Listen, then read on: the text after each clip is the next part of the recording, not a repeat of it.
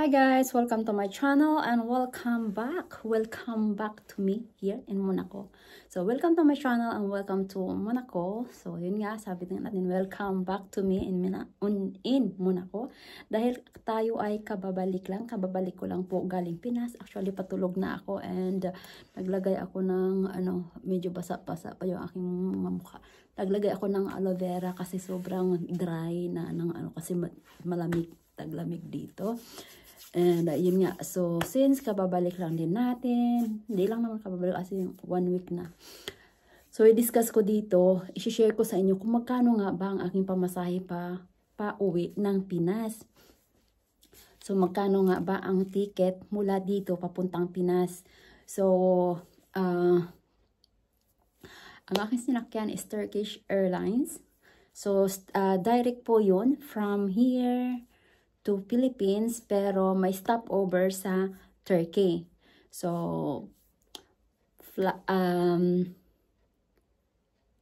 from Nice, France. So ako from Monaco. So sa mga hindi nakakaalam, dito ako sa Monaco. So mga bago pa lang sa aking channel na nagkataon na napadpad lang while searching Monaco. So ako ay nandito sa Monaco. So hindi na rin naman bago dahil na may 3 years, naka 3 years na rin ako dito. So sa mga nakasunod sa akin, ako po ay galing ng Singapore na pinalad, mapadpad dito sa Monaco. So yun nga, so every year po ang aking uwi dito dahil yun po talaga ang aming kasunduan. Mula nung ako ay hinired nila, mula nung tinanggap ko yung offer job na ito, ay talagang sinabi ko na yun ang gusto kong umuwi once a year. Kasi nga ako ay galing Singapore.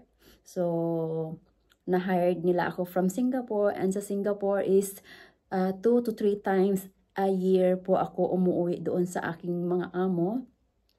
And which is sabi nga nila masyadong mahal kung gagawin namin yon. And I understand naman kasi alam ko naman na hindi ganun kadali dito ang pag-uwi ng Pinas, and hindi ganun yung presyo ng ticket ng airline ticket pauwi ng Pinas. Not unlike sa Singapore na malapit lang.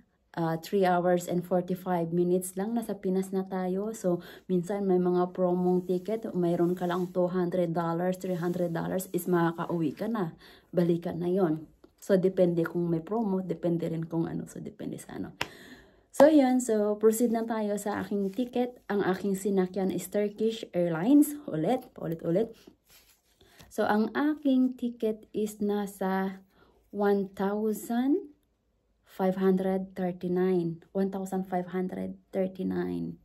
euro. 1,000 euro, 539. So nasa magkano ba yun?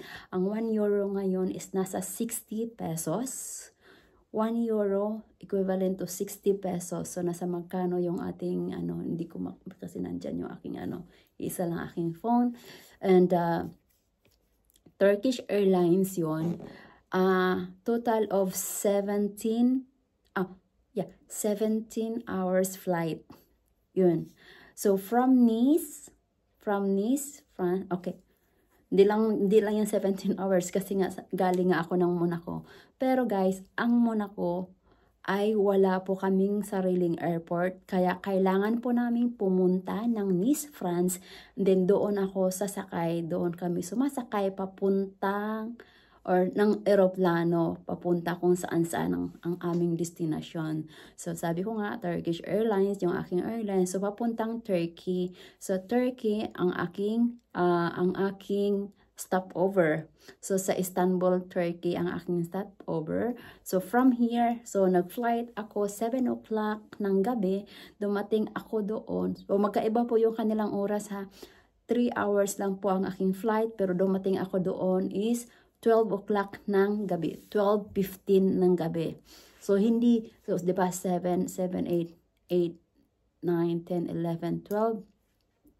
So hindi po 5 hours ang flight kasi mayroon kasi silang 2 hours interval. So 2 hours ang interval ba tawag doon?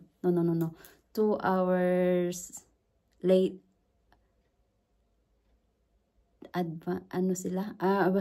Basta, umalis ako dito ng alas 7, dumating ako doon ng alas 12. Yung alas 12 na yun, okay. Mas ahead sila ng 2 hours. 2 hours. Ahead sila ng 2 hours sa atin. So, like, 7 o'clock dito, doon ay, 9 o'clock na. So, umalis kami ng 7 o'clock, dumating ako ng 12:15 sa Turkey. And then 12:15, and then ang flight ko papuntang Pinas is 5 o'clock ng umaga. 5 o'clock ng umaga sa Turkey time. So time nila yon, 5 o'clock ng umaga. Ano ba dito? Nalilito ako. Kasi ang dami ng iba-iba ng oras. Iba yung oras ko dito, ibang oras dito, and then ibang oras pagdating ng Turkey. So, yun nga. Alas 7 ako ng gabi. Umalis dito, nag-flight dito. Dumating ako ng 12 o'clock ng gabi, which is dapat, ano pa lang yun? 7, 8, 9, 10. Dapat 10 pa lang. 10 pa lang dapat yun dito. Pero, nga ibang oras. But anyway, okay. So, yun yung aking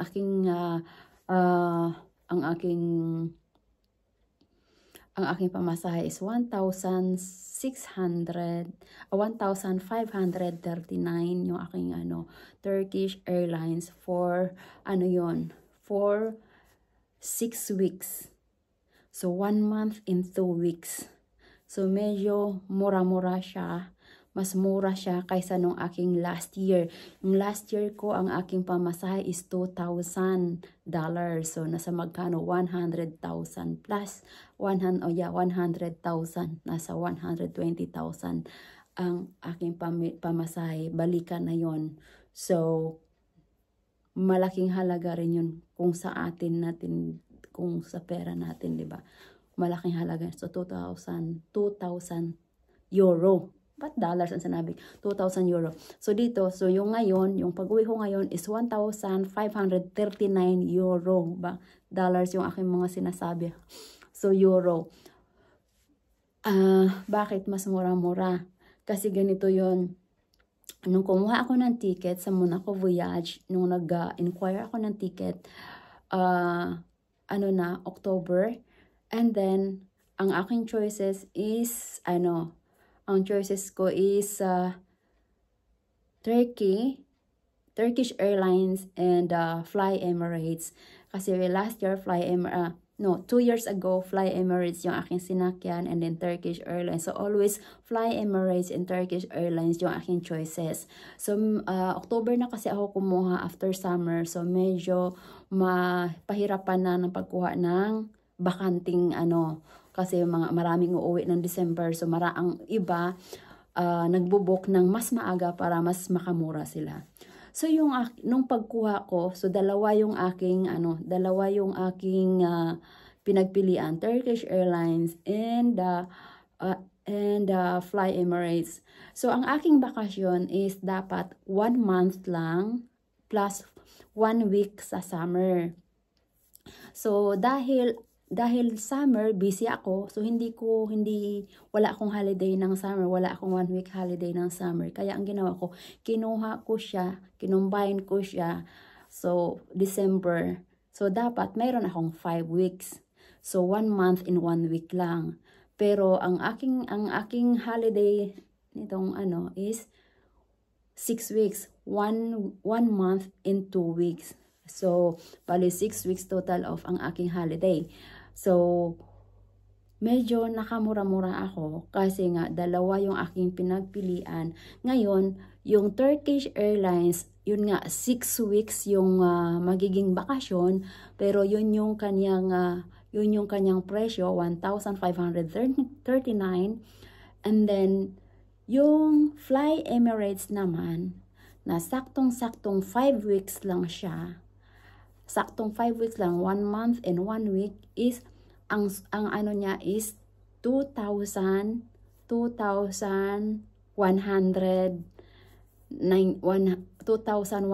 something, 2,190, parang ganon.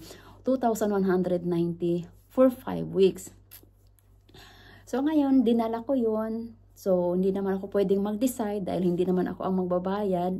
So yun nga guys, tama po, hindi ako ang magbabayad. So sawa ng Diyos, sagot po ng mga amo ko yung aking pamasahe, yung aking tickets, sagot po nila yon. So every year yon sagot nila. So hindi ako ang magbabayad. So hindi ako pwedeng magdesisyon. Pero kung ako ang magbabayad, syempre pipiliin ko yung mas mura. So ngayon, nagdala ako ng dalawang quotation, Turkish Airlines and Fly Emirates, yung pa Dubai. So ngayon, nung inano ko yon, tinanong ko yung aking mga amo. Ako, sabi ko, sa mura, doon talaga ako kasi syempre matagal-tagal din na ano. So ngayon, sabi ko sa kila amo, ganito yung ticket ng eroplano, ganito yung ticket, 2,190. Ano ba yung nasabi ko kanina? 1,000 or basta 2,190 yung Fly Emirates and 5 weeks. And then sa kabila naman your Turkish Airlines, 6 weeks siya. Mataas na bakasyon pero mas malayo ang pagkakaiba ng presyo. So, syempre, sila, pinag-usapan nila yon kasi syempre, mas matagal na bakasyon na yon and mas malaki nga namang discount. Then, sabi ko sa kanila, and syempre, nag-isip sila na medyo matagal-tagal nga yung aking bakasyon, walang may iwan sa kanila. And, hindi pa sila and then sinuggest ko na kung sabi ko mas malayo ang agwat ng presyo, pero I know naman na wala lang sa kanila yung presyo kasi ang sa kanila is yung makabalik ako kaagad. Pero sinuggest ko sa kanila kung pipiliin natin yung Turkish Airlines, magre-recommend ako ng someone na magre-replace sa akin while I'm away. So sa awa ng Diyos, pumayag naman yung mga amo ko. So, pinili nila yung Turkish Airlines. So, yun, medyo nakamura-mura sila ng pamasahe. And pabor sa akin dahil mas mahaba yung aking bakasyon. Kaya, medyo nagtakataka yung iba na ang tagal ko sa Pilipinas. Kasi, biruin mo, ang dami ko nang napuntahan. Nakapunta pa ako ng Singapore with my daughter. Kasi nga, medyo mahaba-haba yung aking bakasyon. So, yun lang po ang aking pamasahe na Turkish Airlines. Kwentahin na lang natin mamaya pag na-edit ko na to. Is 1,539 euro this time. Yung pamasahe ko last year is 1,945. 1,900, as in, kunti na lang ang kulang para maging 2,000 euro. So, yun po yung ating pamasahe, aking pamasahe. So, hindi po ganon kadaling humanap ng ganon kalaking halaga para makauwi ng Pinas. Malaking bagay na po yun.